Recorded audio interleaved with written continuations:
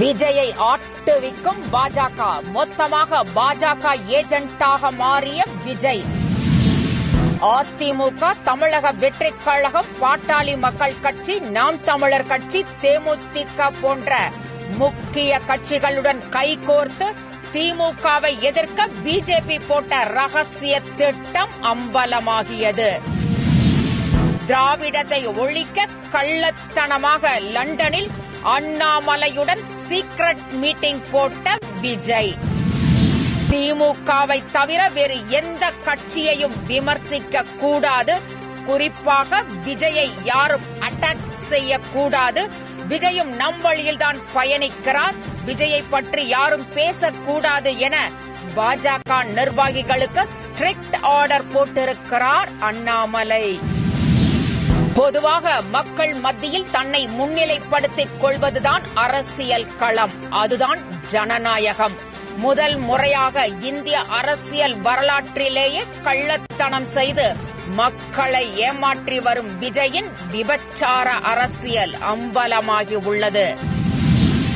பாஜகவுடன் கூட்டணியா என்ற கேள்விக்கு இபிஎஸ் ஆமாம் என்று சொல்லாமல் சொல்கிறார்.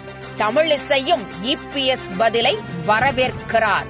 அதிமுக கூட்டணியில் இருந்த எஸ்டிபிஐ அதிருப்தி அடைந்ததால் இதெல்லாம் வெறும் வதந்திதான் என்று அவசரமாக பிரஸ் மீட்டில் பேசுகிறார் ஜெயக்குமார்.